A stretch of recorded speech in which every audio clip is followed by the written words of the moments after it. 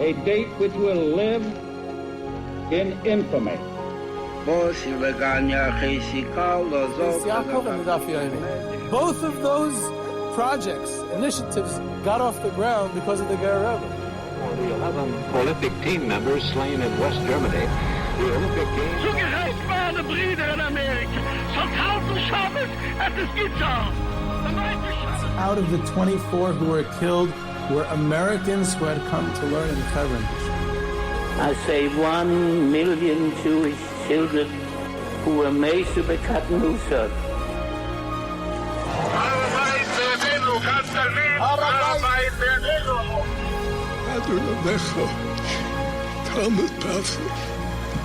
Whoever heard such beautiful words? It is never too little. It is never too late. And it is never enough. Jewish History Soundbites, bringing alive the world of our glorious past. Here is our host, live from Jerusalem, Jewish historian and tour guide, Yehuda Geber. Yehuda Geber with Jewish History Soundbites, and this episode has been generously sponsored Le'ili Nishmas Reb Moshe Shalom ben Reb Yaakov, whose yahrzeit was just yesterday, 2 days ago, Chaf Elul, who is very close and related to Maran Rav Yisrael Moshe Dushinsky, the Gaivet of the Eidah Chareidis in Yerushalayim, and the only child of Rav Yosef Tzvi Dushinsky, both of whom are the subject of today's episode. So I want to start off by, it's coming up Sukkot in a couple of weeks, and one of the more popular walking tours that I have the privilege of bringing people around Yerushalayim. And if you're going to be here Sukkot, you might want to be in touch with me, or any other time of the year, you might want to be in touch with me about doing one of these tours. But one of the more popular ones is around the center of town.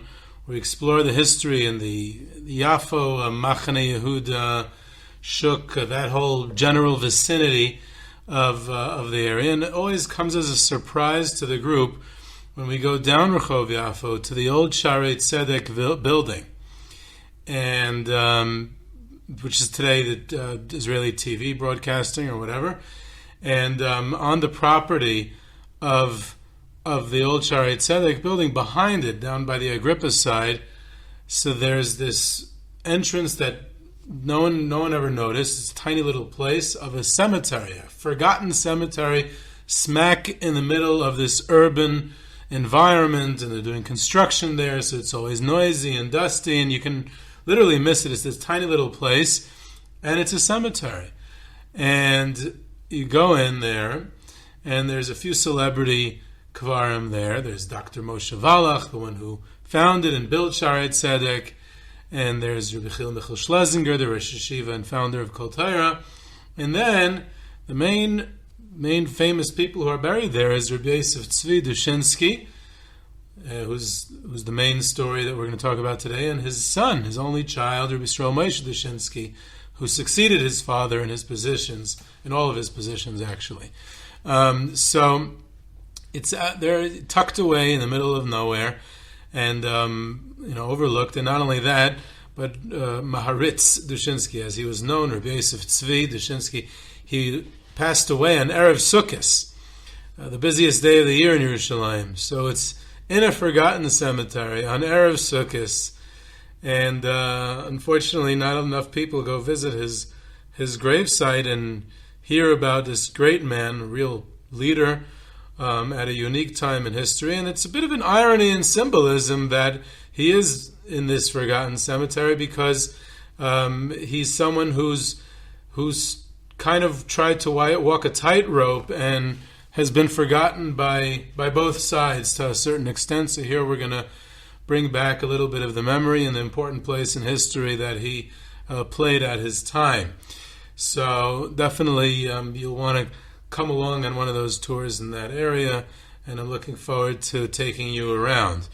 But either way, what's even more interesting is that this little cemetery is the reason that it exists over there is because during the 1948 war, their Har HaZeisim was cut off, which was the burial ground for all the Jewish communities of Yerushalayim, and there was nowhere to bury anyone. And during the War of Independence, it lasted well over a year, people passed away. People got old and sick and died, just like they do during any other time. And there was nowhere to bury them. So there was like these impromptu, temporary cemeteries that cropped up around Yerushalayim. And one of them, Dr. Wallach allocated space at the edge of the property of the old Shaarei Tzedek building. And that's how Rav Yosef Tzvi Dushinsky, who passed away during that time and was in Shaarei Tzedek, was very close with Dr. Wallach. That's how he came to be buried there. But after the 1948 war, it wasn't used. So how is his son, Rabbi Yisrael Moshe, who was later also the Gaivid of the Eidah Chareidis, the head of the Bezdin of the Eidah Chareidis, how did he come to be buried next to him if he passed away in 2003? It's because they very much wanted to bury him next to his father, and it was very important and very symbolic. And even though there were no burials in this obsolete cemetery in 2003, they made a special exception in his case, and the son is able to be buried next to the father. So Rav Yosef Dushinsky has been somewhat deliberately forgotten by both sides. We'll explain exactly what that means. Rav Yosef Dushinsky was the rabbi of the Eidah Chareidis and the head of Agudas Yisrael in the land of Israel during the last 15 years of his life. Before that, he grew up in Hungary. He was the Rav in Galanta, he was the Rav in Chust, and a very, very long and illustrious career in rabbinical leadership as a rosh yeshiva as well as a paisik and political leader. He was in everything. He had an initiative and what to say about everything. So when he was, during the tenure that he served as the rabbi in Yerushalayim of the Eidah Chareidis, so the Agudas Yisrael and the Eidah Chareidis were together. And he had played a major part in the fact that the two organizations separated, and ultimately the Eidah Chareidis considered him too moderate. I mean, the Eidah Chareidis was dominated by the spirit of the Satmarav, even though he didn't live in Israel afterwards, but he visited and he had an influence. He officially was the president of the Eidah Chareidis afterwards. And the two, Rav Dushinsky and the Satmarav, back in Hungary already, didn't see eye to eye in many, many issues. So he was considered too moderate by his own group following his passing. And by the Agudas Yisrael, which he had been a dedicated member and leader of, and member of the Me'atzis Gedolei HaTorah for decades, and the leader of the Agudas Yisrael in the land of Israel for the 15 years that he was here, they also forgot about him because they considered him to have betrayed the movement by allowing the split between the Eidah Chareidis and the Agudah to happen in 1945, which we'll get to. And because both sides kind of made this deliberate covering over and forgetting about him, so he hasn't been properly put in his proper place of history and appreciated in history. There hasn't been much written about him, unfortunately, so it's definitely doing justice to bring him back to the forefront. There's this excellent article in the Haggadolim book, which is an excellent book, but the profile on Rav Dushinsky over there was written by Dr. Menachem Karen Keretz, who's also an author of the biography in the Satmarav. It's fantastic. The article is it might be the best and one of the only good sources about Rav Dushinsky and his accomplishments, and especially his leadership.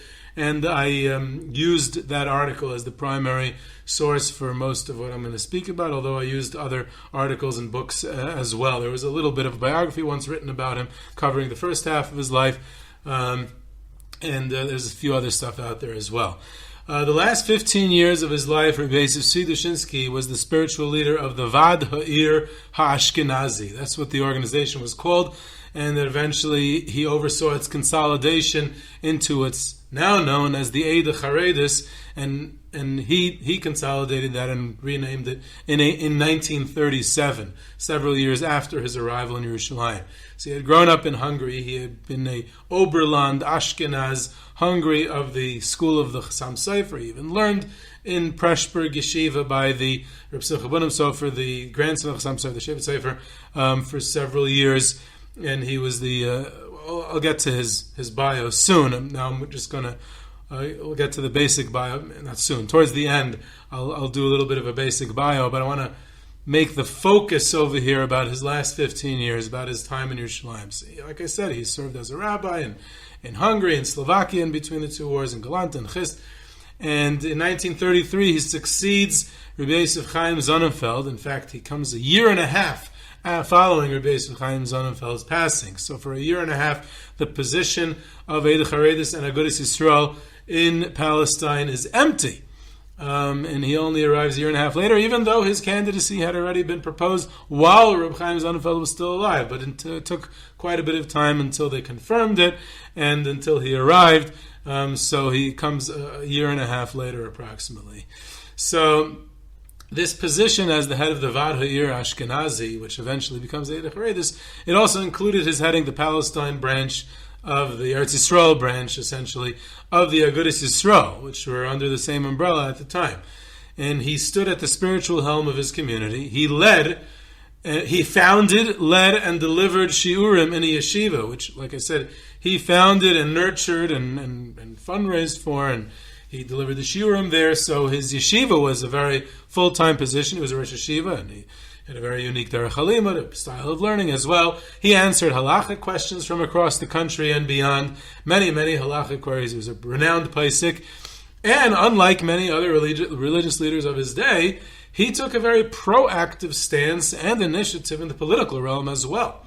He was very, very active in the public scene with the non-Jewish government, the governments in whatever country he lived in. He met often, when he was in Palestine, he met often with various representatives of the British mandatory government. He testified to committees of the British government and of the UN. He met with leaders of the Anglican Church. He met with the leaders of the various denominations of the Zionist movement, the secular leaders of the Zionist movement. He was outspoken. He was fearless. He expressed his beliefs and views on a myriad of issues affecting his community, which he held close responsibility for, and he took very real responsibility for his community. He was in many ways a true leader. His 15-year tenure saw sweeping changes take place within the Jewish world of the Holy Land and beyond. The fifth Aliyah, following the Nazi rise to power in Germany, brought an influx of Jewish immigrants, both religious and secular, into the burgeoning Yishuv. There's this very large amount of building cities and new neighborhoods, kibbutzim, factories, industry, yeshuvim, farms, agriculture. There's this flourishing life taking place with all this immigration and Jewish building in the Holy Land. At the same time, 1936 is the Great Arab Revolt breaks out against. It's a rise of Arab Palestinian nationalism against British colonial rule that lasts for 3 years until the British brutally suppress the revolt, and that brings the Peel Commission to see how to take care of the Great Arab Revolt, and eventually that leads to the British colonial government issuing the White Paper, which blocks Jewish immigration to Palestine, and that's immediately followed by World War II and the Holocaust. And then the Holocaust and World War II is followed by the upscaling, the Jewish resistance movement. And then there, in November 1947 is the UN vote on the partition of Palestine. And then shortly afterwards, in May 1948, is the founding of the State of Israel and the outbreak of war. And this is the 15 years that the Rav Yosef Tzvi Dushinsky is the head of the Eidah Chareidis and the Agudas Yisrael in the land of Israel. So it's a very, very crucial time, very tumultuous, and as a true leader, he has to react to all these changes and see how he's going to lead his community to what he feels is the best place for it. So all of these factors alter the situation of the Jewish population in general of the Yishuv, and specifically of his community which he led, and the positions which he held to an almost unrecognizable state from when he started out in his position. In other words, there's this drastic change over 15 years. It would actually be difficult to find another 15-year period in another community in modern Jewish history where a leader was faced with such drastic change. And therefore, I think it's a very amazing story and piece of history to see how Rav Dushinsky reacted and led with the changing reality of his times, and that's why the last 15 years of his life are the most interesting, and I'm going to focus on that, and maybe hopefully at the end I'll have time for a brief biographical synopsis of the first 60, 70 years of his life. So Perhaps the most central lasting legacy of his leadership is the split in the religious community in Israel, which he oversaw and persists until this very day. In other words, it became a house divided. The religious community, well, there's the religious Zionist community, which that was another split that took place. But what I'm referring to here is in the split in the religious community, the religious non-Zionist community, to a certain extent, the religious anti-Zionist community, which split, and it's a split within the community which persists until this very day. So it's very important, not only as a historical curiosity and a good story, it's actually one of those episodes that are very relevant to understand contemporary Jewish life, contemporary Israeli Jewish life, especially regarding the religious community. So, from his days as rabbi in Galanta, and especially in Chust, in between the two wars, Rav Dushinsky identified with the values and the organization of Agudas Yisrael. He was close with other members of the Agudas Yisrael, with the Agudas Yisrael leadership in Slovakia in the interwar period, Rabbi Akiva Sofer in Bratislava, formerly Pressburg, Rabbi Shmuel David Ungar in Nitra. These were the heads of Agudas Yisrael in Slovakia. He attended the Knessia Gedalas. He was a member of the Moetzes Gedolei HaTorah, so Rav Dushinsky was completely involved in the organization of Agudas Yisrael. And his position in Yerushalayim, just like his predecessor, Reb Chaim Sonnenfeld, included heading the branch of Agudas Yisrael in Eretz Yisrael, as did Reb Chaim Sonnenfeld. So he was assuming that position as well. So from the beginning, the Eretz Yisrael branch of the Aguda, and to a lesser extent even in Slovakia and Hungary, was always very different from the mainstream Agudas Yisrael in Poland and Germany. In Slovakia and Hungary, and for sure in the land of Israel, it was the Aguda branches were more extreme, more separatist, very much more separatist, more anti-Zionist, and this allowed that space, that independence, so to speak, of the Aguda branch in the Holy Land, allows the Eidah Chareidis and the Aguda to be the same organization in Palestine. In Poland, that would not have worked.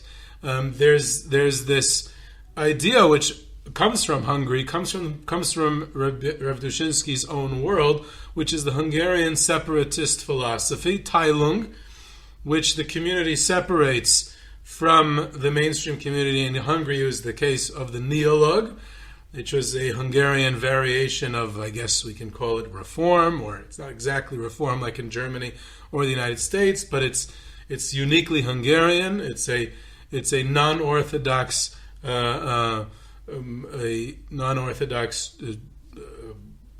denomination of Judaism, and the Orthodox communities who followed the students of the Chassam Sofer in the 1860s and 70s made this great separation from the mainstream communities.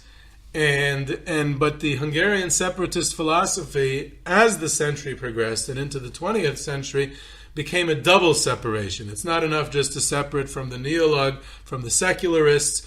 It's also to separate from the Orthodox community if they're not Orthodox enough, if they're not extreme enough, if they're not separatist enough. So Hungarian separatist philosophy is really a double separation. And the British recognized the Jewish community in the land of Israel through the Vad Leumi, or it's called the religious component of it, was called the Knesset Yisrael, and every Jew in Israel had to be a member. And what the Eidah Chareidis essentially was separating from Knesset Yisrael.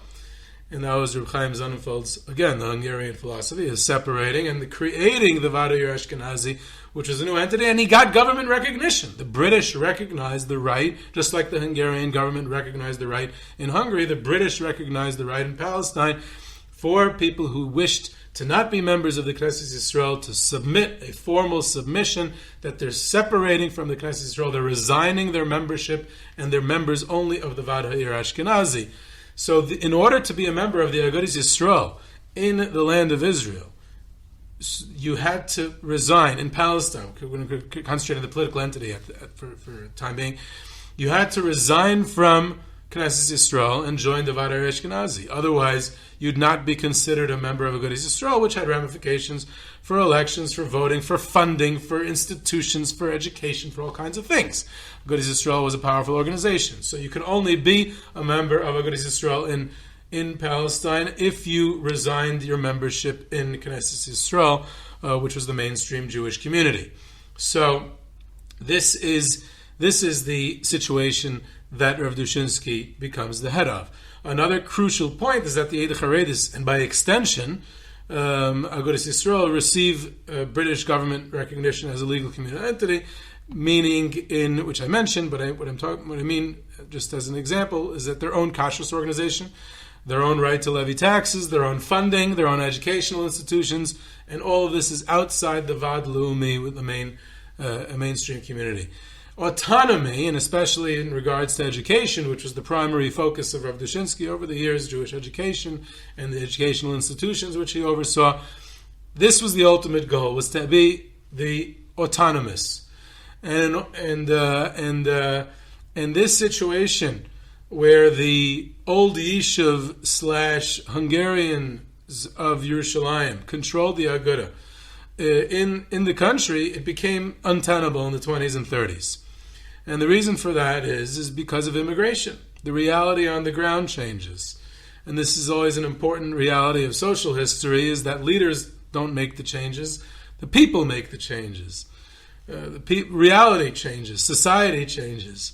And leaders, good leaders, they react to those changes. They don't initiate them. That's a good golden rule, and I need to have the tendency to emphasize it because it's not always self-evident and understood. So the demographics change, and immigrants, simple, regular families and immigrants, and the reality of the social lives and religious lives that they lead change the reality on the ground. The fourth and fifth aliyot during the 1920s and 30s brings thousands of mainstream Agudist members from Poland and Germany, and they arrive in Palestine, and they primarily settle in the new Yishuv, places like Tel Aviv and Petach Tikva, even unreligious farming settlements, and they're more moderate because they came from the Aguda in Poland and Germany. They would not tolerate the hegemony of the Yerushalayim extremist faction. So things eventually come to a head once the war broke out, and several heads of the world Agudas Yisrael arrive in the land of Israel as refugees, and it essentially, all of a sudden, Tel Aviv and Yerushalayim emerge as the center of the world Agudas Yisrael movement because Vienna and Warsaw no longer are relevant. So offshoots of the movement arise in the 1930s, Payale Agudas Yisrael, or even non-Aguda organizations, which are really the membership, the rank and file are all former Aguda members in Poland, but here they can't join the Aguda because they're not willing to resign from Knesset Yisrael. And the Great Arab Revolt back in Poland, and on his visits to Palestine during the 1920s and 30s, he supports them, these non-Aguda, Agudist organizations in Petach Tikva and Tel Aviv and these type of places, which spring up in the areas of the new Yishuv. So there's this rumbling, there's this shaking up of the hegemony of the Yerushalayim faction who controls the Agudas Yisrael, with Rav Dushinsky as its head, in his capacity as head of both the Eidah Chareidis and Agudas Yisrael. And his attempts at fostering unity. He led all of the offshoots as well. He'd visit the Payalei Agudas Yisrael kibbutzim. He even took out advertisements in the Hungarian Jewish media to encourage Jews in Hungary, religious Jews, to move to the land of Israel, to settle on farming religious kibbutzim or yeshuvim. So he saw himself as the head of Agudas Yisrael in all its factions. He was a very practical person, an incredibly practical person.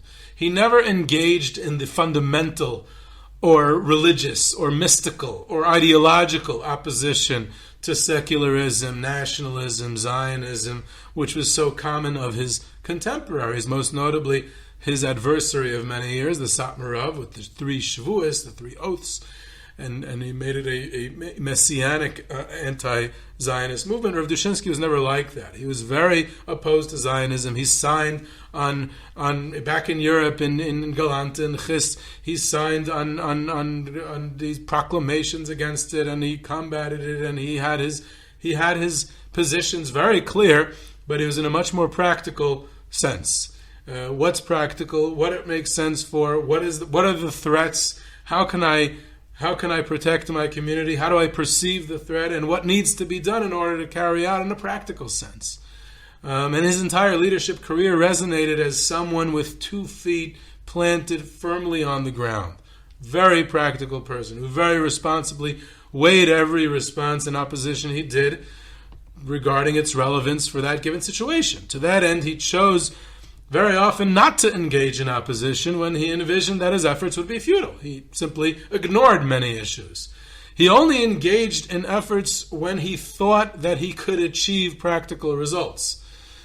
For instance, a very interesting story, in Yerushalayim, there was Yerushalayim city elections. Again, these are overseen by the British government, and Yerushalayim has an overwhelming Arab majority at the time.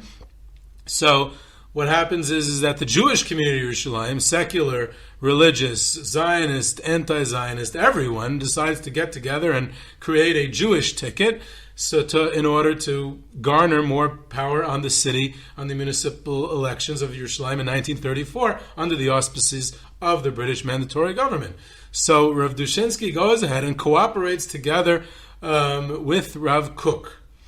And not only with Rav Kook, but he has his community run on the same ticket with the secular Zionist organizations, with the General Jewish Party, together with the secular Zionists, the religious Zionists, and the Eidah Chareidis and the Aguda. Everyone's running together in order to have the Jewish Party gain as much seats as possible.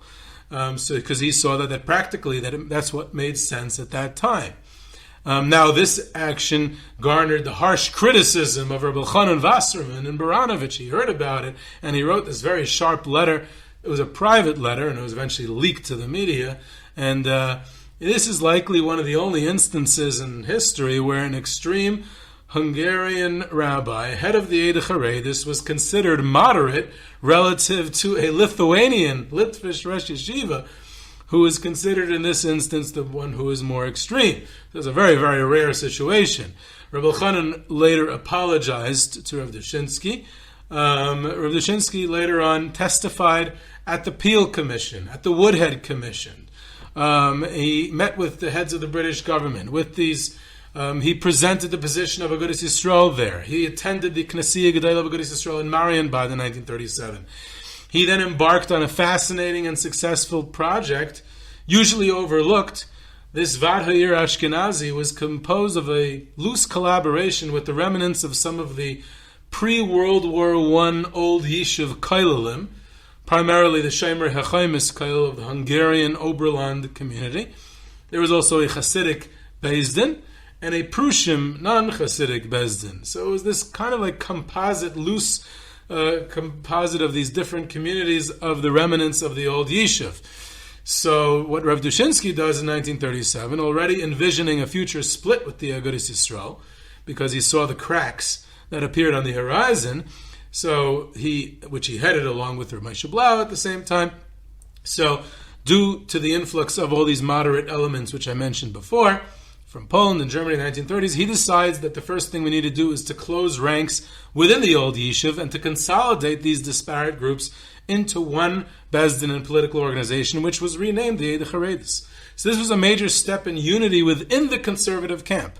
But on the other hand, it was a major step on the way to splitting the religious community into the moderate Agudists and the extreme old Yishuv Yerushalmis. So the Agudas Yisrael is a little bit wary of what Rav Dushinsky's position is at this point, so they bring in a Litvish rabbi to counterbalance the influence of Rav Dushinsky. They bring in Reb Zelev Ruvain Bengis. World Aguda leaders bring him in to the Eidah Chareidis in 1937 to mitigate Rav Dushinsky's influence, who at this point was seen by the World Aguda leaders as a little bit too extreme for the direction which the Aguda was headed. In July 1938, the Vad Leumi decided to go on a fundraising campaign called Kofer HaYishuv, which was to raise funds for Jewish self-defense and protection, which had gotten obviously much worse lately as security issues were much worse as a result of the ongoing Great Arab Revolt. So the Agudas Yisrael decided to join the collection campaign with the secular Zionist Vad Leumi. which was looked at with askance by many in the Eidah Chareidis camp. In February 1939, the Agudas Yisrael joined with the Jewish Agency. Oh no! At the roundtable talks hosted by the British government in London. These two events were the last straw for a group of Yerushalmi, an element of the Yerushalmi old Yishuv, members of the Eidah Chareidis, and they resigned from the Agudas Yisrael, and they formed a new organization that they called HaChaim, which was named for Reb Chaim Sonnenfeld. The crucial point for the purposes of our discussion is that they received the support of Rav Dushinsky for this split, and this group later renamed themselves Neturei Karta. As the war begins, the Aguda leaders shifted the Eretz Yisrael Aguda away from the old Yishuv and towards the new Yishuv, and the majority, as it had been in Poland and Germany, a more moderate community, the majority of the community by now. Yet as a result of the war, everyone was compromising their positions because of the reality of what was going on with World War II and the Holocaust. Rav Dushinsky, together with Rav Herzog from the Rabbanut, petitioned the British to grant more immigration certificates for Jews to escape Europe. Rav Dushinsky received war updates from the senior British military officer in Palestine, General Philip Neame, and he led an Aguda delegation to the British High Commissioner to help save Polish Jewry. But then something crucial happened. Something critical occurred which forever would alter the relationship that Rav Dushinsky would have with the other Torah leaders of the Agudas Yisrael, and it would set the stage for the final split between the Aguda and the Eidah Chareidis. The Great Arab Revolt and many others who were in Palestine at the time, they proclaimed a fast day together with the Rabbanut, the chief rabbinate, and a day of prayer for the victims of the Holocaust and for Polish Jewry at the end of 1942. Rav Dushinsky refused to join this day of fast and prayer because it was done together with the chief rabbinate, and he made his own fast day, and he even had a minyan daven for European Jewry every day, all day. It was designated as Rav Dushinsky's minyan that spent the next few years basically davening to save European Jewry. So he was very, very much involved in both spiritual and practical rescue work. He just didn't want to do it with everyone else because he didn't want to have this public fast day designated together with the chief rabbinate. For the Ger Rebbe and others, that was unforgivable. This was like, we're all praying for the rescue of Polish Jewry. We're making a joint fast day together, and this is the time that you choose to not participate. This is the time that you choose to make a statement about who's participating. They felt that was, the final split now seemed to only be a matter of time. Shortly afterwards, the Vad HaYeshivas was formed, and Rav Herzog was a member, so Rav Dushinsky refused to have his yeshiva join, and he formed his own organization called Eidah HaYeshivas, which were the yeshivas of the old Yishuv. In 1945, Rav Moshe Blau was abroad, and when the internal elections for the Eidah Chareidis were held for the leadership of the Eidah Chareidis, they used Moshe Blau's absence, and with the approval of Rav Dushinsky, for the Neturei Karta to be able to take over the Eidah Chareidis. So it was now run by the extreme faction, and they formally cut off all ties with the Agudas Yisrael. This is the final split, and Rav Dushinsky gave his tacit approval because he saw this as an expression of the Hungarian ideal of separation, even from Orthodox, moderate elements, and therefore he did not see it as a negative light. We're cutting off from Agudas Yisrael because they are too moderate, and now we need to make a final and total and complete separation. So now that he's not cooperating with the Aguda, the Maharitz Dushinsky still wanted to care for Holocaust orphans, so he took the unbelievable step of turning directly to Aliyat HaNoar, to Henrietta Zold, and he entered an agreement with her that they'd send children to his institutions and provide funding, provided that they be taught Hebrew and general studies and vocational subjects as well. So that was an interesting partnership there.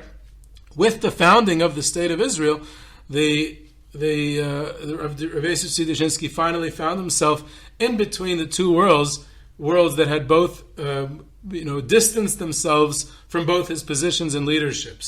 The Eidah Chareidis is now led by the Neturei Karta, is way more extreme than Rav Dushinsky himself was, or the views that he espoused. They take to violence to protest the new state. Rav Dushinsky was vehemently opposed to violence and to protest, to public protest. He didn't see it as a practical measure. The Aguda now saw him as someone who had betrayed the movement, and they, in the meantime, integrated into the new state and the state's institutions, to which Rav Dushinsky was opposed to doing so.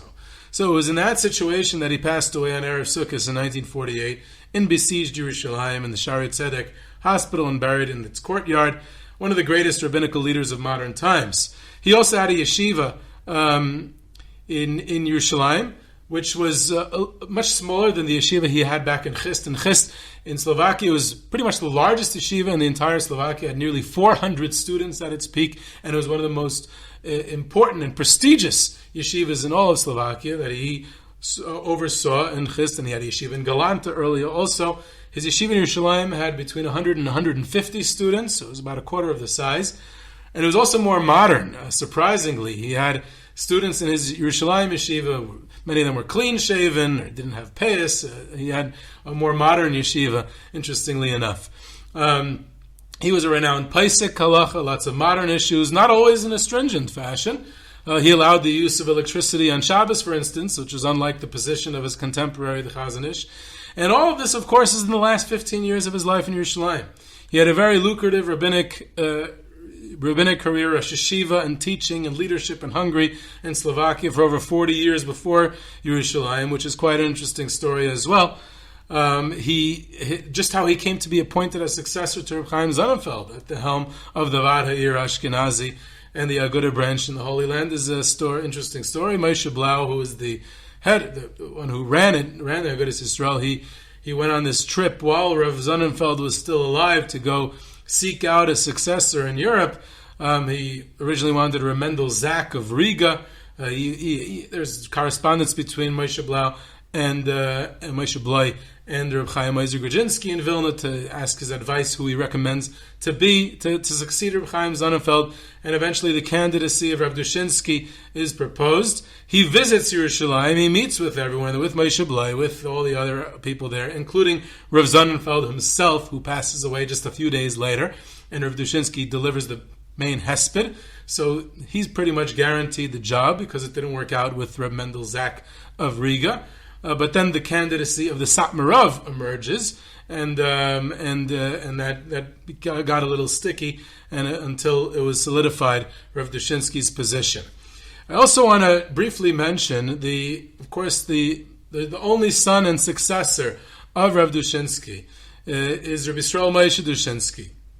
He had this long career, incredibly long career, as the Rosh Yeshiva of Rav Yosef Tzvi, the yeshiva which was now named for his father, which became a central Yerushalmi yeshiva and branched out to other branches, and became one of the primary communities of influence within the orbit of the Eidah Chareidis. And it's actually Rabbi Yisrael Moshe who actually creates the community around the yeshiva.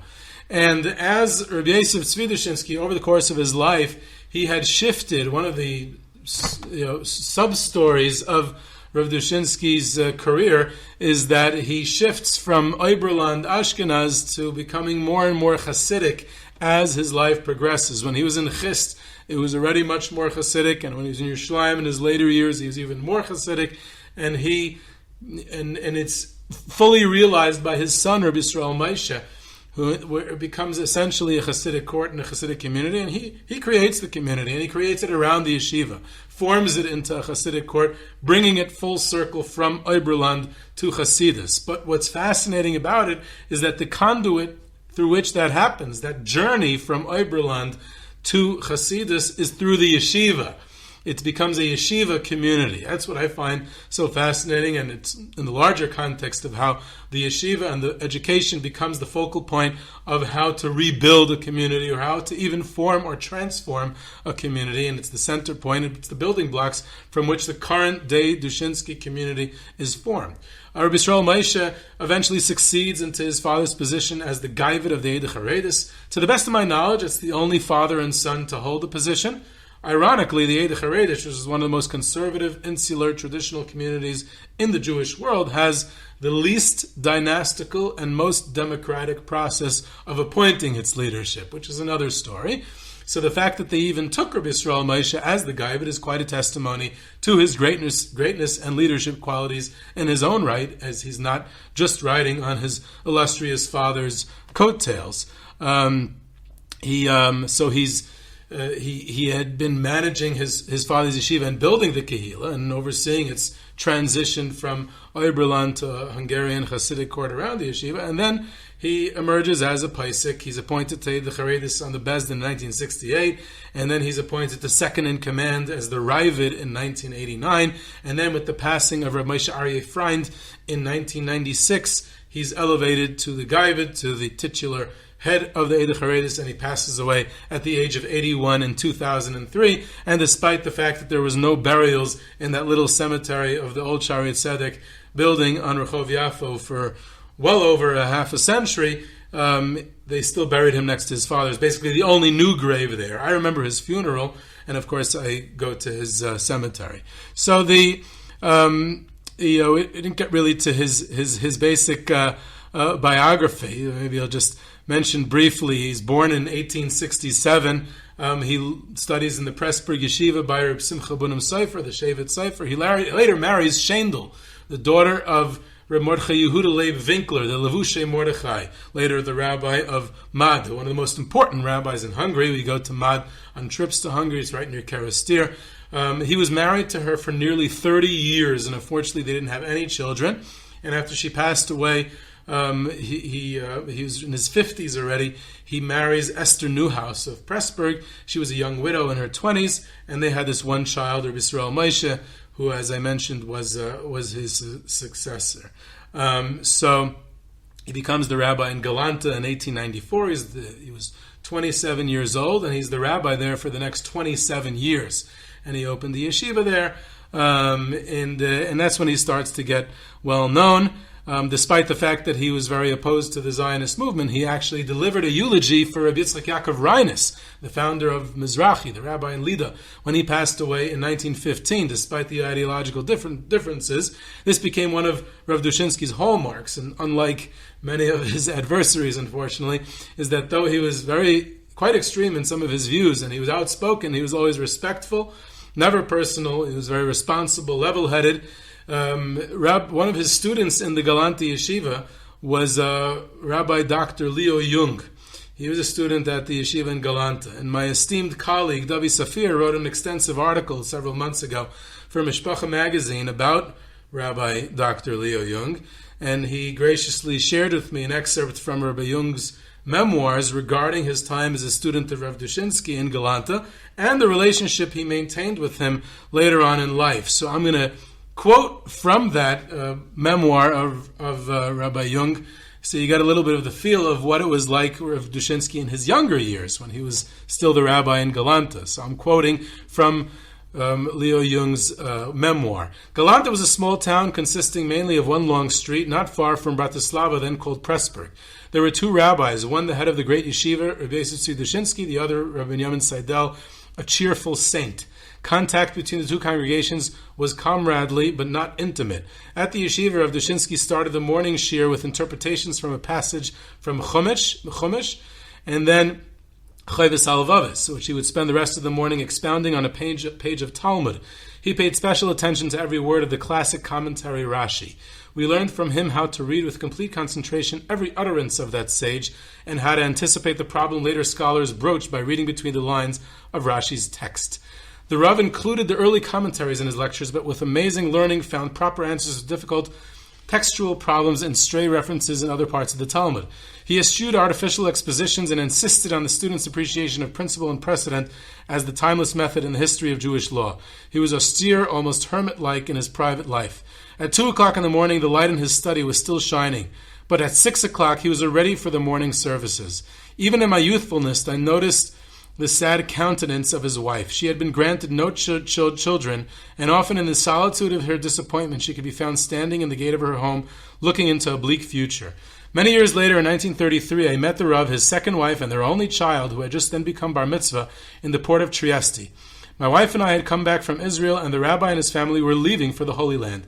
It was a great joy and privilege to take him aboard ship and to offer him some slight service to make his journey more comfortable. In 1947 and during other trips to the Holy Land, I saw him at the head of the Hungarian Jewish community and of Yeshiva Rav Yosef Tzvi, inspiring hundreds of students from early age and beyond marriage.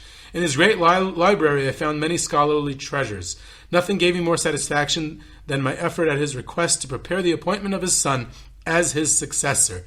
He was intolerant of superficiality, self-advertisement, and every tendency towards compromise. He was understanding when nonconformity was due to faulty heredity or environment. When I broached the problem of scholars economically unprepared for the problem of life and family, I found him not only sympathetic, but in dynamic agreement. More than once did he guide some of the students of the yeshiva, unfit for the rabbinate or a teaching position, toward a vocation or trade that would enable them to earn a living and to make a contribution to life in the Holy Land. That is the excerpt from Leo Jung's memoir. There's also the story of Rav Dushinsky in Chust, which is in his disputes with the Minchas Elazar, the Munkatcher Rebbe, and his disputes with the Satmar Rav. Rav Dushinsky was seen as a moderate. He's this Ashkenaz Oberlander, member of Agudas Yisrael, and so that's also an interesting dynamic that we'll have to save for another time. This is Yehudi Geber with Jewish History Soundbites. You can reach me at yehuda@yehudigeber.com for questions, comments, sources, tours, trips, sponsorships, and lectures. You can subscribe to Jewish History Soundbites on Podbean or your favorite podcast platform, and I hope you enjoyed.